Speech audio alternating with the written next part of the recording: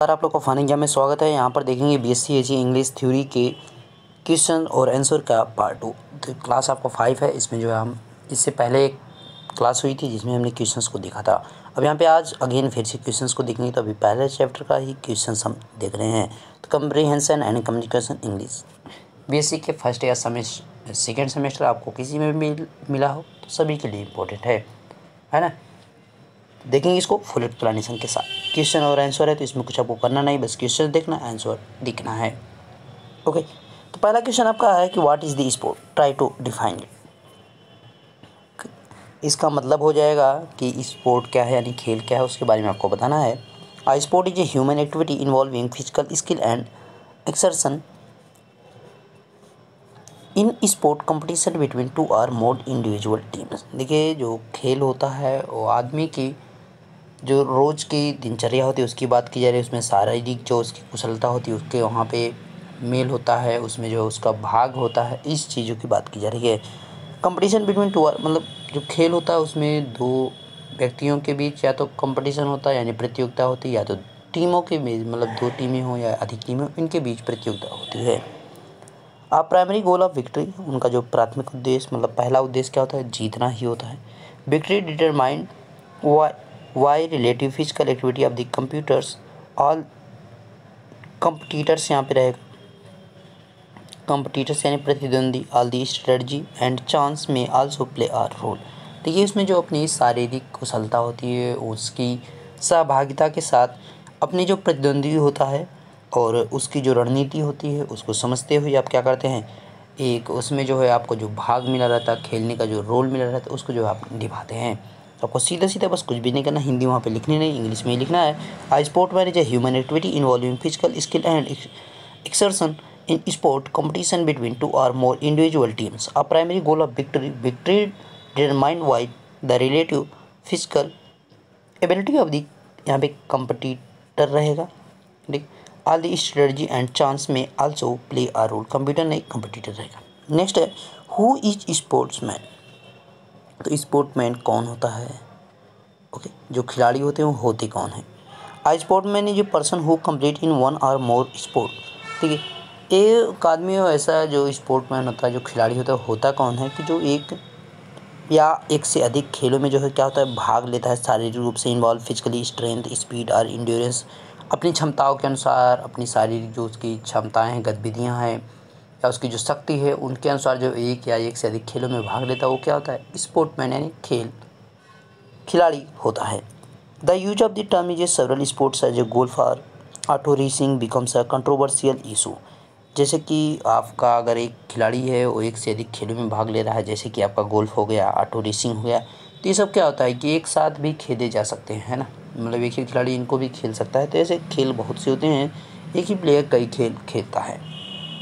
Sportsman में भी professional और अमेचर। देखिए स्पोर्ट्समैन एक जो होता है वो एक प्रोफेशनल होता है, ठीक है, जो मतलब एक जो है कुशल होता है, किसी भी क्षेत्र में वो कुशल होता है। तो एक से अधिक खेल खेलता है तो भी वो सभी में कुशल होता है, एक खेल खेलता है तो उसमें भी वो कुशल होता है, यानी पूरी तरह उसको जानकारी होती है। नेक्स्ट है व्हाट इज स्पोर्ट्समैनशिप। स्पोर्ट्समैनशिप है, देखिए आपका जो स्पोर्ट्समैनशिप यानी जो लोगों के अंदर जो खेल भावना होती है उसकी बात की जा रही है, ठीक है। स्पोर्ट्समैनशिप लोगों के अंदर जो खेल के प्रति लगाव होता है उसकी बात की जा रही है। Sportsmanship when competitors or viewers are competitors events treat one another with respect and exhibition appreciate behavior। देखिए जब आपका क्या होता है कि एक खिलाड़ी दूसरे खिलाड़ी से या एक टीम जो है दूसरे टीम का सम्मान करती तब तक तो ठीक रहता है। जब वो असम्मान करने लगते हैं, मतलब उनका जो है उनके साथ भेदभाव करने लगते हैं, चीज़ों को जो है गलत तरीके से लेना शुरू कर देते, जैसे मतलब कुछ भी बोलना होता है तो सीधे नहीं बोलते, कुछ उल्टा बोलते, तो इस प्रकार की चीज़ें जब होने लगती हैं तो वहाँ पे जो खेल की भावना होती है वो क्या होती है, समाप्त होती नजर आती है।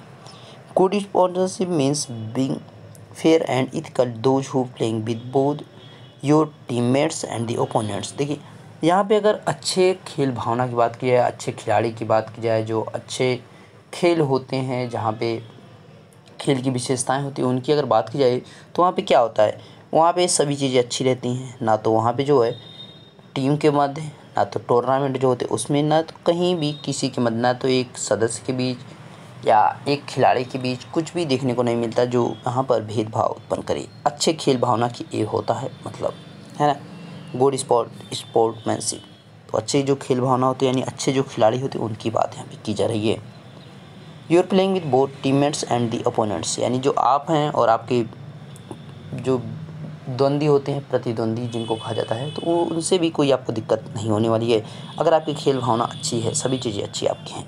Okay, and each are especially crucial for young athlete to learn. देखिए, अगर ये सब चीज़ें हैं तो इन सब चीज़ों से क्या होना चाहिए, नए जो युवा हैं उनको सीखना चाहिए कि खेल भावना से ही चीज़ों को खेलना चाहिए, यानी एक दूसरे का सम्मान करके ही चीज़ों को बनाए रखना चाहिए। खेल में सबसे बड़ा होता है कि एक दूसरे का सम्मान करना, खुद का भी और जो अपोनेंट्स हैं यानी जो विपरीत हैं, यानी जो प्रतिद्वंदी हैं, उनका भी सम्मान आपको करना चाहिए।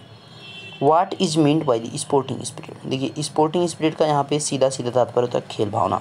खेल भावना का मतलब क्या होता है, अभी आपसे पूछा व्हाट इज स्पोर्ट्समैन, यानी यहाँ पे जो आपका खेल की सार्थकता होती है या खेल में जो कुशलता दिखाई जाती है, उन सभी चीज़ों के बारे में पूछा गया। अब कह रहा है कि खेल भावना क्या होती है। The sporting spirit find in the component for are the fair play and the no favor for the game and the generously to the opponent's pluck and the ability to take defeat well। देखिए, यहाँ पे क्या होता है कि जो आपका खेल भावना होती है उसमें आपको करना क्या होता है कि जो आपका साथी हो यानी जो अपोनेंट्स हो उसके साथ जैसा व्यवहार कर रहे हैं वैसे अपने साथी के साथ भी करें। मतलब कि अगर उसके साथ गुस्सा कर रहे हैं तो आप अपने साथियों के साथ भी करो, तब तो उसको खेल भावना से ही कहा जाएगा। अगर अपने साथियों से अच्छे से बोलते हो तो जो अपोनेंट्स हैं यानी जो प्रतिद्वंदी है उससे भी अच्छे से ही आपको व्यवहार करना चाहिए, है ना, और अच्छे से खेलना चाहिए। ये नहीं कि मतलब अगर कोई अच्छा खेल रहा है तो उसको जो है उल्टा सीधा बोलो कि तुम हमारी टीम को परेशान कर रहे हो, इस प्रकार की चीज़ों को वहाँ पे नहीं बोलना चाहिए, है ना। तो ये सब चीज़ें होती हैं खेल भावना की चीज़ें। बाकी चीज़ें आपको कुछ भी हिंदी में, देखिए हिंदी में केवल थोड़ा इसलिए बताया जा रहा है ताकि दिमाग में चीज़ आए, बाकी तो लिखना तो आपको इंग्लिश में ही जितने भी शब्द हैं बस उन्हीं को क्या करना है, डायरेक्टली रटना है और वहाँ पे कॉपी और पेस्ट कर देना है एक प्रकार से, ठीक है। Next, what is the difference between sporting and sportive. Sporting, देखिए 2 पॉइंट यहाँ पे लिखे गए हैं। Sporting is pertaining to sports while sportive is gay merry. Sporting is act of the taking parting sports while sportive is cyclo sportive. यहाँ पे 2 points लिखेंगे, एक पॉइंट ए है, दूसरा पॉइंट ए है, तो दोनों पॉइंट को आपको डायरेक्टली क्या करना है, लिख देना और कुछ भी नहीं करना है। Okay, make a list of the sport mentioned in the essay there are the more than the, मतलब ये कह रहा है कि इस एसे में जिन खेलों के बारे में बात की गई है तो उनके बारे में आप एक लिस्ट बनाइए। और यहाँ पर लास्ट में बोलेगा देयर आर मोर देन 10, यहाँ पे 10 से अधिक खेलों के बारे में बात की गई है। देखिए, फुटबॉल हो गया, क्रिकेट के बारे में, बॉक्सिंग, वेबकिंग, swimming, snowballing, chess, climbing tree, riding horses and fishing. तो मछली पकड़ना हो गया, ये सब शौक में भी आते हैं, आपके खेल में भी आते, लेकिन यहाँ पे बात की गई तो उनको जो आपको खेल के तहत ही बताना है ना, यहाँ पे उनको दिखाना है। लेकिन वास्तव में क्या है, अब जो फिशिंग होता है शौक में आ जाता है, राइडिंग हॉर्सेस ये आपका खेल में आ सकता है, क्लाइंबिंग ट्री ये आपका शौक में या खेल में भी इसको ले सकते हैं। ओके, नेक्स्ट देखिए, do you regard the following is sports, give reason for your answer. Chess, देखिए अभी वही चीज़ पीछे थी, चेस है, डांसिंग है, मोनोपोली, नीटिंग यानी बुनना, fishing, cooking and watching, and रहेगा and watching, motor racing, gardening and shooting, ये सब चीज़ें आपकी हैं। अब देखिए ये सब जो है इसमें कुछ चीज़ें ऐसी हैं जो खेल भी हैं, कुछ खेल नहीं है जो शौक होते हैं। जैसे कि अब बात करें चेस, चेस इंटेलेक्चुअल मतलब जैसे कि बौद्धिक, इसमें जो दिमाग आपको चाहता है खेलने के लिए chess, intellectual and the entertaining game played between 2 players, 2 के मध्य होता है कौन, chess. Dance is a universal art, dance आपका खेल नहीं होता है।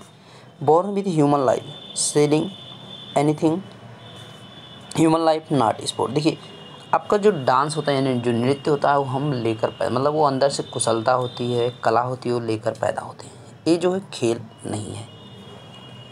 Monopoly means self control is not game for the selling anything. देखिए यह जो है मोनोपोली जो होती है, एकाधिकार जो होता है वो आपका कोई खेल नहीं है। उसमें जो है नियंत्रण होता है, किसी भी चीज़ पर आपका नियंत्रण होना, स्वतः का नियंत्रण। जैसे कि मतलब मान लीजिए आपके पास 10 रुपये है तो आपका है, उसके ऊपर एक आपका अधिकार है कि आप उसे चाहे खर्च करें या नहीं खर्च करें, है ना। ऐसी बात की जा रही है। Gardening, weaving, fishing, cooking, bird watching, all these hobbies. देखिए गार्डनिंग मतलब जो आपका यहाँ पे क्या कह सकते हैं उसको, गार्डनिंग का मतलब जैसे कि आप बगीचा वगैरह लगाना है या बनाना है, इन चीज़ों की कहा जा रहा है।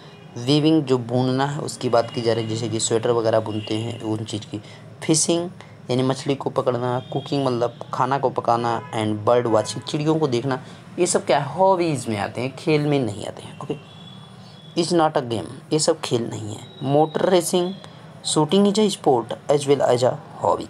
देखिए ये सब हमारे जो है क्या होते हैं कि मैक्सिमम जो है इन्हें खेल में लिया जाता है और ये हॉबी में भी आते हैं। मोटर रेसिंग हो गया, शूटिंग हो गया, ये सब हमारे खेल और शौक दोनों में आते हैं।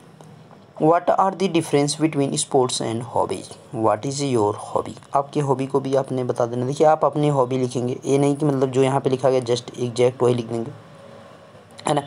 A sport is technically defined as the something that requires physical exertion and typically includes a degree of the competition।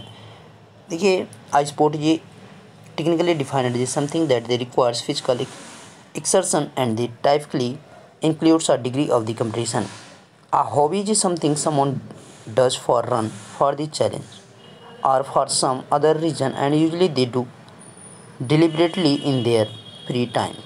देखिए आपका होता क्या है कि जो स्पोर्ट होता है उसमें एक रुचि होती है और उसके प्रति जो है लोगों का लगाव होता है, और उसमें क्या होता है आपको फिजिकली और मेंटली जो है मजबूती से खड़े रहना पड़ता है, और प्रतिद्वंदी आपके होते हैं, प्रतियोगिताओं होती हैं तो उसमें जो आपको क्वालिफाई करना होता है या अपने जो प्रतियोगी है उसको बीट करना पड़ता है। ये सब चीज़ें क्या होता है खेल में होता है।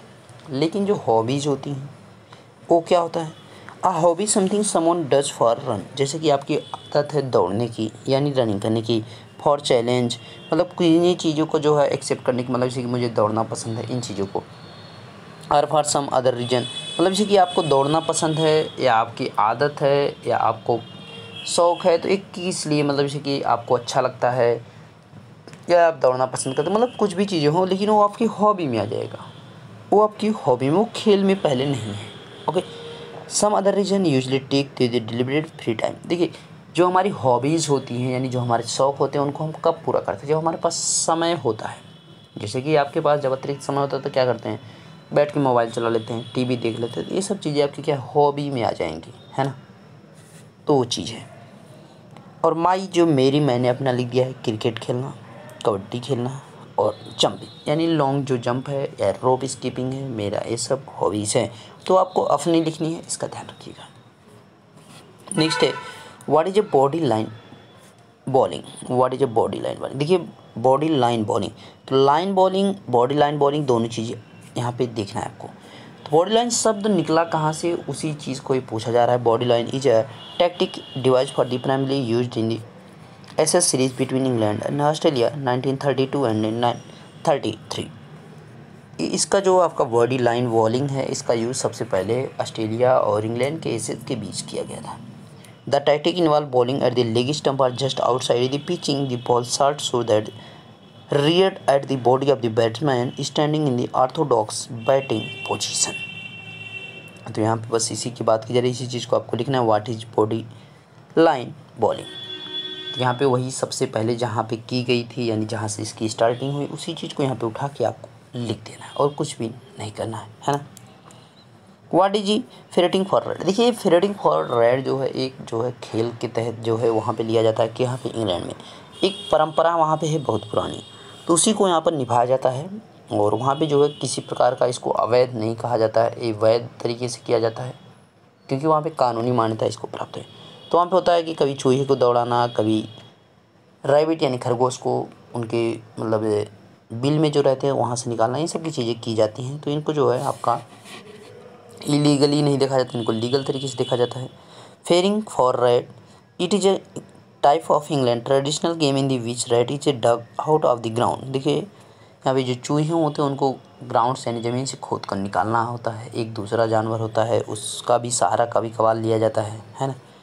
समटाइम्स इवन दी रैबिट, और कुछ टाइम जो है क्या होता है खरगोश को निकाला जाता है। इस प्रकार से वहाँ पे खेल खेला जाता है। नेक्स्ट वन और लास्ट वन आपका है what are the favourite outdoor activities, आपकी जो है फेवरेट एक्टिविटीज़ क्या है जो घर से बाहर की हैं। मेरी तो रनिंग है, बाइकिंग है, हाइड एंड सीक है यानी लुका छिपी, फिशिंग है, कबड्डी है, वॉलीबॉल ईटीसी। अपनी अपनी लिखना है, ठीक है। What are your favourite weekend activities, जैसे कि आपका साप्ताहिक जो गतिविधियाँ वो कौन सी हैं। Watching movies, long talk on the phone, जिसके लंबी समय पे आप बात करते हैं, लंबी समय तक आप बात करते हैं जब आपको समय होता है ज़्यादा। मार्केटिंग, और आप सोचते हैं कि आज मार्केटिंग भी कर लेंगे, आपके पास समय है। तो भाई इसको ज़्यादा से ज़्यादा शेयर करें ताकि जो है सभी के पास पहुंच सके। अगर कहीं कोई समस्या है तो उसको कमेंट करके हमें ज़रूर बताएं, है ना। मिलेंगे नेक्स्ट वीडियो, तो देख रहे हो fun with sir. Thank you.